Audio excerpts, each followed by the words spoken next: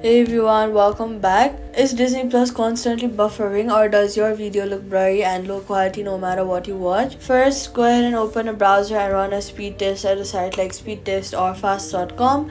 Disney Plus recommends at least 5.0 Mbps for HD and 25.0 Mbps for 4K USD, and anything below that will cause exactly this kind of buffering and blurriness.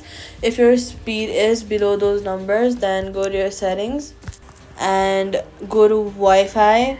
After that, move closer to your router or disconnect other device streaming or downloading on the same network to free up bandwidth.